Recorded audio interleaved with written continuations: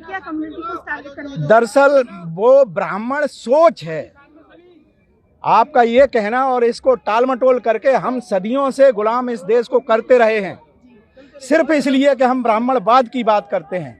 लेकिन जाति को बनाने वाले ब्राह्मण पर हमने कभी अंगुली नहीं उठाई। अब अंगुली ये ईमानदारी के साथ में उठ रही है कि ब्राह्मण इस देश को बर्बाद करने के सिवा और कुछ नहीं करता है। इस देश को देश न बनने देने में ब्राह्मण के सिवा और किसी का हाथ नहीं है।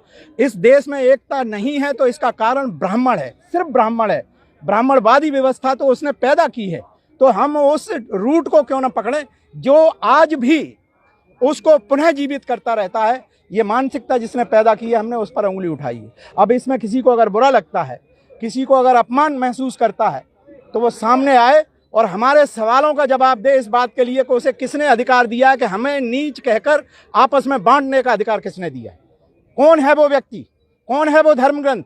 जब हमारा संविधान कहता है कि हम एक हैं, भारत के सब नागरिक एक हैं, फिर कहाँ से ये ब्राह्मण आता है और कभी ओबीसी को भड़काता है कि तुम्हारे आरक्षण का। हम जिस दिन से आज़ादी हुई है और होश संभाला है, हमने सिर्फ एक ही चीज़ देखी है कि ब्राह्मण इस देश में आग लगा करके सिर्फ तापने का काम करता है। अब उसको टारगेट करना ही पड़ेगा। या तो ब्राह्मण सुधरे और इस देश की व्यवस्था में जिस तरह से उसने जहर घोला है उसको स्वयं मिटाए, वरना हम तो अपने उस जहर को मिटाने के लिए तैयार हुए हैं।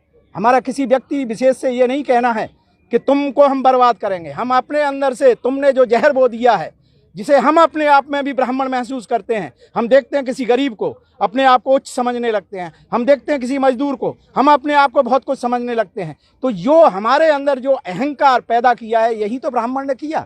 छूत अछूत, ऊंच नीच, अमीर गरीब, ये किसने पैदा किए? ये मानसिकता सिर्फ एक ही व्यक्ति पैदा करता है, क्योंकि उसके पास रोजगार है, उसके पास मंदिर हैं। मंदिरों में जाकर के ब्राह्मण अपने क्या फैलाता है? सिर्फ भ्रम, झूठ।